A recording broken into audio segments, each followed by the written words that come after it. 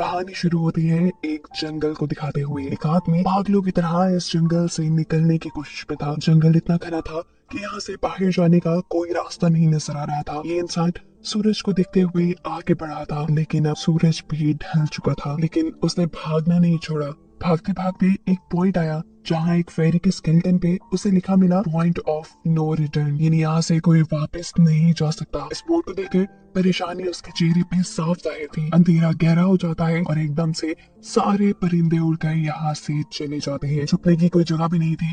ये आदमी बहुत ज्यादा डर रहा था, इसीलिए दरख्त के ऊपर चढ़ जाता है और उसकी बदकिस्मती कि वो इतने ऊंचे दरख्त से गिर गया। इससे पहले कि वो बेहोश हो जाता, हम देखते हैं कि कोई उसे खींच के ले गया। खींचने वाला कौन था ये नहीं दिखाया गया, लेकिन हमें साथ में की दर्द भरी चीखें सुनाई दी गई। सीन कट होता है और हमें 6 दिन बाद शहर में मीना नाम की एक लड़की को दिखाया जाता है। मीना की कोई दोस्त या फैमिली नहीं थी सिवाय एक बहन के। इस टाइम वो जिस पेट स्टोर पे काम कर रही थी, उसके बॉस उसे एक पैरेट को जू पे छोड़ कर आने का ऑर्डर देते हैं। मीना इस पैरेट को उठाकर अपने घर ले जाती है क्योंकि उसे अगले दिन जू जाना था। रात उसने इस पैरेट के साथ गुजारी और फिर सुबह होने पर वो इस पैरेट को लेकर जू के लिए निकल गई। लंबी सड़क पर चलते चलते एकदम से शायद उसने गलत टर्न ले लिया और वो पहुंच गई जंगल के बीचों बीच। ये वही जंगल था जहां हम पहले एक आदमी को गायब होता देख चुके हैं। पहले तो वो अपनी गाड़ी के जरिए ही इस जंगल के अंदर जाती रही, लेकिन जब उसे यहाँ से बाहर निकलने का रास्ता समझ नहीं आया तो उसे इस गाड़ी से उतरना पड़ा। उसे लगा कि शायद यहाँ करीब कोई होगा जिससे वो मदद मांग ले। वो अपने पैरेट को लेकर आगे बढ़ने लग जाती है। अंधेरा भी गहरा होता जा रहा था। एकदम से पहले की तरह ही सभी परिंदे इन दरख्तों से उड़ जाते हैं। मीना को अब डर लगने लगा था क्योंकि जमीन भी जोर जोर से हिल रही थी। उसे अपने करीब किसी के होने का भी एहसास होता है। दूर एक बुढ़ी औरत भाग रही थी। मीना भागते हुए उसका पीछा करती है। वो उसे मदद मांग रही थी, लेकिन वो औरत रुकती नहीं, भागती रहती है। मीना जब उसका पीछा करते करते थक गई तो वो वहाँ रुक गई। उसके रुकने पर बुढ़ी औरत ने उसे आवाज देकर कहा, अगर जिंदा रहना चाहती हो तो तेजी से भागकर हमारी तरफ आओ। ये सुनते ही मीना दोबारा उस बूढ़ी औरत की तरफ भागी और वो बूढ़ी औरत उसका हाथ पकड़ के उसे एक घर में ले आई। घर आते ही उसने इस घर को लॉक कर लिया। ये कोई घर नहीं था, बल्कि एक काफी अजीब कमरा था जिसमें एक बहुत बड़ा सा मिरर लगा हुआ था।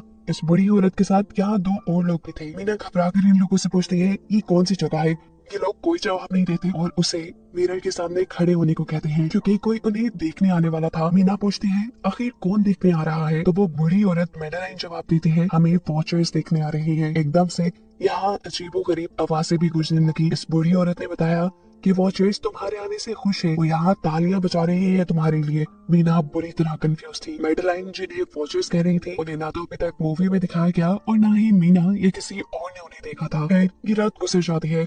सुबह होने पर ये लोग इस जगह से बाहर निकल आते हैं। मेडेलाइन बताती है कि वो वॉचर्स सिर्फ रात में ही बाहर निकलते हैं, दिन के वक्त हम लोग जंगल में आजाद घूम सकते हैं। मीना को इस जंगल में नहीं रहना था, वो यहाँ से निकलने के लिए आगे बढ़ जाती है, पर मेडेलाइन कहती है ये तुम्हारा अच्छा फैसला नहीं, इस जंगल से बाहर निकलने का कोई रास्ता नहीं है। रात होने से पहले पहले हमें इस घर में वापिस आना पड़ता है। अगर तुम लेट हो गई तो तुम अपनी जान से हाथ धो बैठोगी। मीना किसी की बात नहीं सुनती और अपने पैरेट को लिए आगे बढ़ती रहती है। आगे बढ़ने पर उसे भी वही साइन दिखाए थे, पॉइंट ऑफ नो रिटर्न वाले। इन्हें देखकर वो घबरा तो गई, लेकिन पहले वाले लड़की की तरह ही वो सूरज को देखकर सूरज की डायरेक्शन में आगे बढ़ती रही, पर जंगल से निकलने में कामयाब नहीं हो सकी। एकदम से उस जमीन के नीचे हलचल महसूस हुई। वो डर गई और वापस उसी घर की तरफ भागी। वो हार चुकी थी। यहाँ मेडेलाइन उसे हौसला देती है और कहती है कि सिर्फ तुम ही नहीं जिसने यहाँ से निकलने की कोशिश की और हार गई, हम भी तुम्हारी तरह ही हार कर यहाँ रुके हैं। यहाँ से बाहर निकलने का कोई रास्ता नहीं। ये जंगल आत्माओं को अपनी तरफ लेकर आता है और फिर अजीब अजीब चीजें इंसानों को दिखाता है। ये तुम्हें पागल भी कर सकता है, इसलिए अगर जिंदा रहने चाहती हो तो हमारे साथ ही रहो। ये जंगल एक शिकारी है और हम सब उसका शिकार। मेडेलाइन उसे पॉइंट ऑफ नो रिटर्न वाले काफी सारे साइन बोर्ड दिखाती है जो कि जंगल में गोल दायरे में लगाए गए थे। मेडेलाइन बताती है कि ये हमारे घर से आधे दिन के फासले पे लगे हैं। अगर इससे आगे गए तो वापस लौटना मुश्किल हो जाएगा, इसलिए कभी भी ये तुम्हें नजर आए तो तुम इन्हें इग्नोर मत करना। मीना पूछती है ये सब किसने बनाया, तो वो जवाब देती है ये एक प्रोफेसर ने बनाया था। रात हो जाती है कि लोग वापस उस घर के अंदर आ जाते हैं। हर रात वॉचर्स उन्हें देखने के लिए आते थे। आज किरा नामी लड़की उनके सामने डांस करती है और कहती है ये सब उन्हें पसंद है। ऐसा नहीं था कि इन चारों को हर रात वॉचर्स के सामने खड़ा ही रहना पड़ता था। ये लोग जो चाहते वो कर सकते थे, लेकिन उनकी तरफ अपनी कमर नहीं कर सकते थे। रात में तो इन्हें सिर्फ वॉचर्स का मसला था, लेकिन दिन में भी इन्हें बहुत मुश्किलों का सामना करना पड़ता था। ये जंगल से हर रोज कुछ न कुछ हंट करके लेके आते थे, जिनसे इनका गुजारा होता था। अगले दिन कीरा और मीना दोनों जंगल में खाना इकट्ठा करने के लिए जाती है। मीना कीरा से सवाल करती है आखिर के वॉचर्स चाहते क्या है। कीरा बताती है मुझे भी कुछ खास नहीं पता, लेकिन मेडलाइन के पास एक थ्योरी है। उसके मुताबिक ये वॉचर्स हमें देखते हैं, हमें ऑब्जर्व करते हैं, लेकिन अगर हमने इन वॉचर्स को देखा तो हम पागल हो जाएंगे। कीरा अब उसे एक गड्ढा दिखाती है और कहती है ऐसे बहुत से गड्ढे जंगल में मौजूद हैं। दिन के वक्त ये सारे के सारे वॉचर्स इन गड्ढों में रहते हैं और रात में वो यहाँ से बाहर निकल आते हैं। मीना कीरा को बताते हैं कि उन्हें यहाँ फंसे हुए 6 महीने हो गए हैं। कीरा का हस्बैंड जंगल में रास्ता ढूंढने के लिए निकला है। उसे उम्मीद है कि वो जरूर रास्ता ढूंढ कर वापस आएगा और वो लोग यहाँ से बाहर निकल पाएंगे।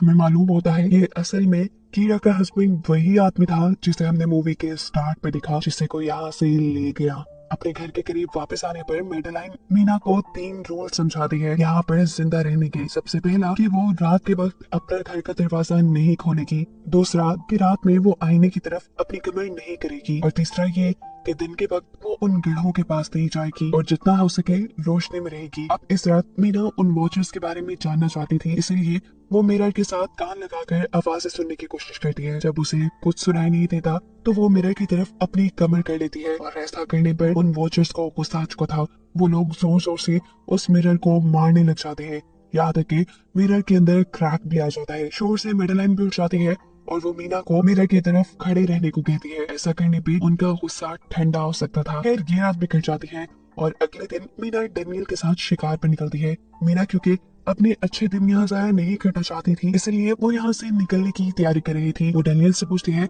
क्या आज तक तुमने किसी वॉचर को देखा। डेनियल ना में जवाब देता है। तब मीना डेनियल को समझाती है कि मुझे लगता है कि ये सब मेडलाइन की बनाई हुई कहानियां हैं जिसके अंदर वो हमें फंसा रही है। हमें जरूर इन गढ़ों को जाकर चेक करना चाहिए, शायद हमें यहाँ से बाहर जाने का कोई रास्ता मिल जाए। डेनियल जो कि खुद यहाँ से बाहर जाना चाहता था ना की बातें मान लेता है और अब मीना अपने साथ रस्सी बांधकर उस गड्ढे के अंदर उतरती है।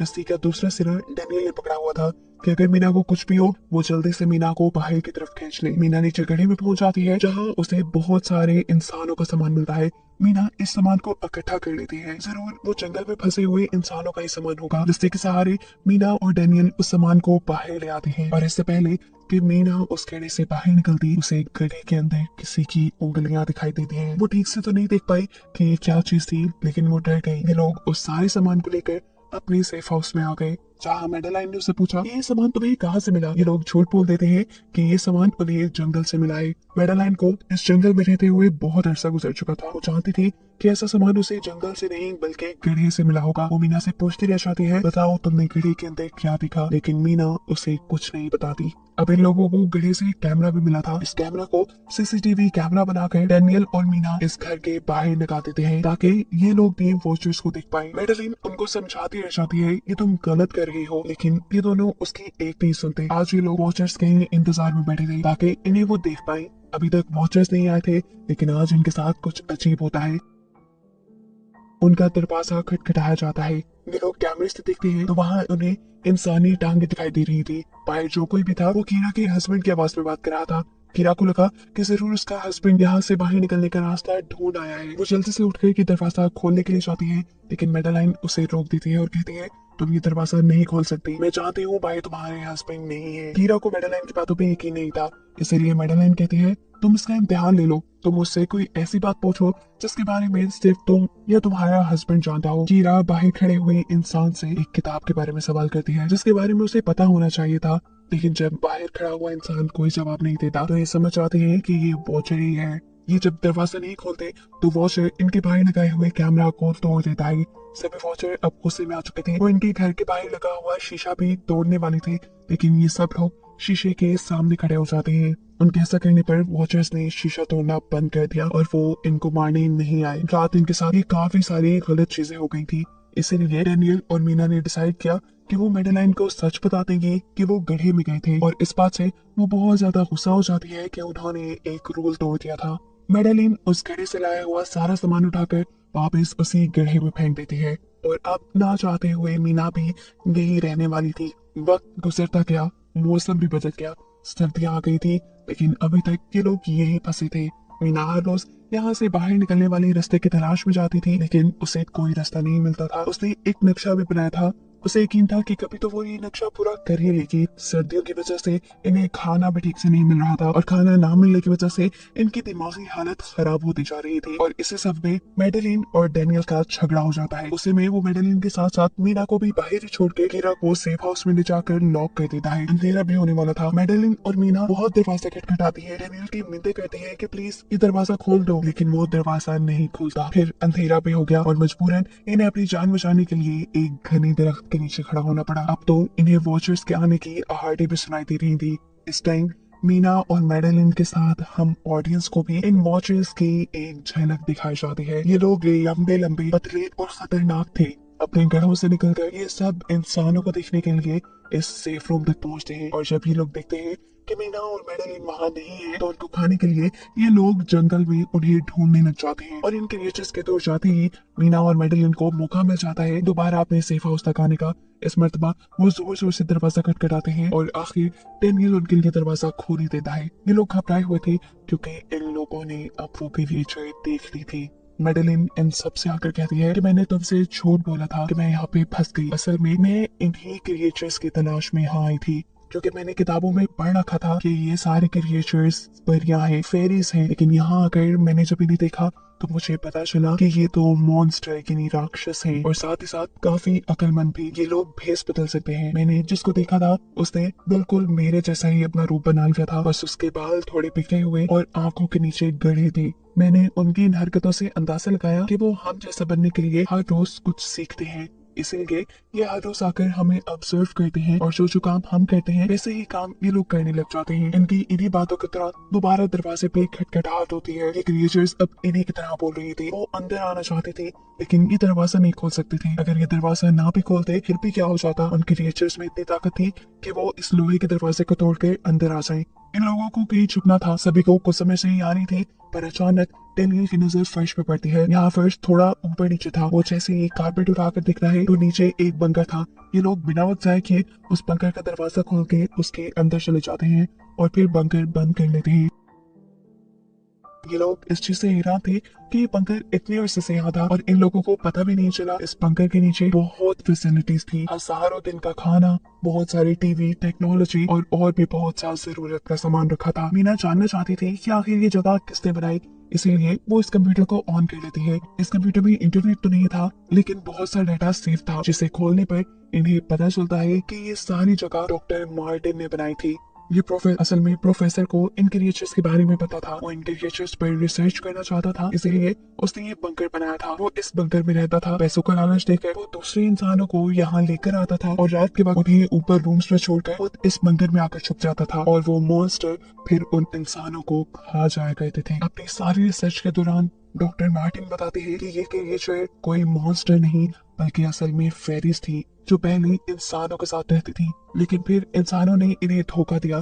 इन्हें यहाँ जंगलों में फंसाकर वो यहाँ से निकल गए और काफी साल जमीन के नीचे रहने की वजह से इनका जादू और इनके पर चले गए। डॉक्टर मार्टिन बताते हैं कि सारी रिसर्च के दौरान उन्हें एक सबसे अलग फेरी मिली, जो रोशनी में भी उन घरों से बाहर आ सकती थी। वो अच्छी थी। उसे डॉक्टर मार्टिन को मारा नहीं। डॉक्टर मार्टिन उसे यहाँ ले आया। वो फेरी मार्टिन के साथ रहकर सब कुछ सीख गई, लेकिन थोड़े अरसे बाद इन दोनों के अंदर कोई लड़ाई हो गई। इस कंप्यूटर में बहुत सी वीडियोस थी और हर वीडियो में डॉक्टर मार्टिन ने कुछ न कुछ बताया हुआ था। मीना बस ये जानना चाहती थी कि आखिर में क्या हुआ, इसीलिए वो सबसे आखिरी वीडियो प्ले करती है, जिसमें वो देखती है कि प्रोफेसर खुद को और उस फेरी को मारने वाले हैं। मरने से पहले वो इस जंगल में फंसे हुए लोगों के लिए यहाँ से निकलने का रास्ता बता देता है और कहता है कि शाम में जिस डायरेक्शन में परिंदे भागते हैं उसी डायरेक्शन में भागने से वो लोग इस जंगल से निकल सकते हैं। उसने इस रिकॉर्डेड मैसेज में कहा था कि अगर कोई इस जंगल से निकलने में कामयाब हो गया तो यूनिवर्सिटी में जाकर मेरी सारी रिसर्च तबाह कर देना। बस कुछ राज ही रहने चाहिए। मैंने यहाँ आकर बहुत बड़ी गलती की थी। मैं वो दुनिया नहीं बना सका जिसका मैंने ख्वाब देखा था। मैं इंसानों और फेरिस को एक साथ नहीं रख पाया। खैर आज रात इनकी काफी खुशी में करती है क्योंकि इन्हें बाहर जाने का रास्ता मिल गया था। सभी लोग अब बंकर से बाहर निकलते हैं तो देखते हैं कि इनका सेफ हाउस ऑन वॉचर्स ने पूरी तरह तबाह कर दिया है। ये लोग अब यहाँ जंगल से निकलने के रास्ते में बढ़ जाते हैं। वो परिंदे जिनके बारे में प्रोफेसर बता रहे थे वो तो शाम को उड़ने वाले थे, लेकिन इन्हें शाम होने से पहले जंगल से बाहर निकलना था, इसलिए मीना अपने पास मौजूद पैरट को आजाद कर देती है। जिस डायरेक्शन में बोलता है ये लोग उसी डायरेक्शन में चलने लग जाते हैं। चलते हुए रास्ते में इन्हें एक कब्र मिली।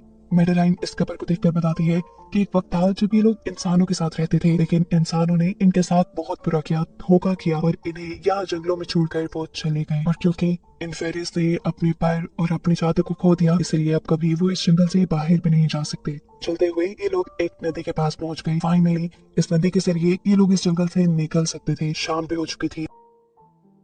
वो फेरिस, वो वॉचर्स अब जमीन से बाहर निकलने लगे थे। इससे पहले कि ये लोग डॉक्टर मार्टिन की बोट में बैठकर यहाँ से दूर चले जाते, डेनियल को यहाँ अपना साथी जॉन मिल जाता है। वो जख्मी हालत में था। डेनियल उसकी मदद के लिए आगे बढ़ता है। बाकी सब अपनी बोट में बैठ गए थे।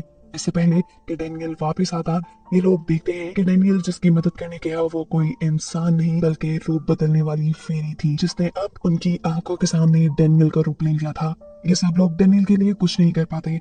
उस फेरी ने अब डेनियल के माथे पे एक निशान बनाते हुए उसे जान से ही मार डाला था। इन्हें मालूम होता है कि फेरिस ये नदी पार नहीं कर सकती और फाइनली ये लोग खुद इस नदी को पार करके शहर तक पहुंच जाते हैं। सीन कट होकर हमें दिखाया जाता है कि अब मीना डॉक्टर मार्टिन के कहे के मुताबिक उनकी यूनिवर्सिटी में उनका सारा डाटा खत्म करने के लिए आई है। और इससे पहले कि वो उनका रिसर्च डाटा डिलीट करती, उसे इसके जरिए एक नई बात पता चलती है कि जब हजारों साल पहले इंसान और फेरीज एक साथ रहते थे तो तब इनकी शादी भी हो जाया करती थी। ऐसे इंसानों और फेरीज के बच्चे भी हुए जिन्हें हाइब्रिड्स कहा जाता है। उसे यहाँ पे ये बात भी पता चली कि मेडेलाइन जो उन्हें वहाँ मिली थी वो कोई और नहीं बल्कि प्रोफेसर की वाइफ ही थी। वो कंफ्यूज हो जाती है कि मेडेलाइन ने उसे ये बातें क्यों नहीं बताई। इस सारी कंफ्यूजन को शेयर करने के लिए वो कीरा के पास आती है और उसे बताती है कि जिस मेडेलाइन से हम जंगल में मिले थे वो असल में प्रोफेसर मार्टिन की वाइफ थी, लेकिन उसने हमें ये सच्चाई इसलिए नहीं बताई क्योंकि वो एक इंसान नहीं बल्कि एक भेस बदलने वाली फेरी ही थी। ये सुनकर कीरा हैरान हो जाती है। असल में काफी सालों पहले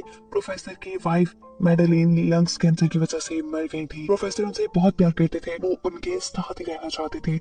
और फिर प्रोफेसर को पता चला इन भेस बदलने वाली फेरीज के बारे में। अपनी वाइफ की फोटो दिखाते हुए उसने उस फेरी को मेडेलाइन जैसा बना दिया। अभी ये सारी बातें मीना बता ही रही थी तो एकदम से उसे पता चला कि वो ये सारी बातें कीरा को नहीं बल्कि मेडेलिन को ही बता रही है, जिसने इस वक्त कीरा का भेस बदला हुआ था। जैसे ही असली कीरा यहाँ आती है मेडेलिन उसे बेहोश कर देती है, जिसके बाद वो फौरन मीना पे हमला करने के लिए आगे बढ़ती है ताकि उसका राज राज ही रहे। इससे पहले कि वो मीना को मार देती, वो उससे कहती है मैं इकलौती थी जो जंगल में सबसे अलग थी। वहाँ सारी फेरीज मेरा मजाक उड़ाती थी, मैं दिन के वक्त भी बाहर निकल सकती थी। इसी गुस्से में उन्होंने मुझे वहाँ से बाहर निकाल दिया। तब मीना उससे कहती है तुम अलग नहीं थी, तुम बहुत ज्यादा खास थी। असल में तुम हाइब्रिड हो, आधी इंसान और आधी फेरी हो। इसी वजह से तुम फेरीज के साथ भी रह सकती हो और इंसानों के साथ भी, और यही वजह है कि तुम उस जंगल से बाहर निकल आई। मीना के सारा सच बताते ही एकदम से मेडेलिन के पास उसके पैर और उसके जादू वापिस आ जाता है, जिसके बाद वो मीना को यही छोड़ कर यहाँ से उड़ जाती है। अब कहानी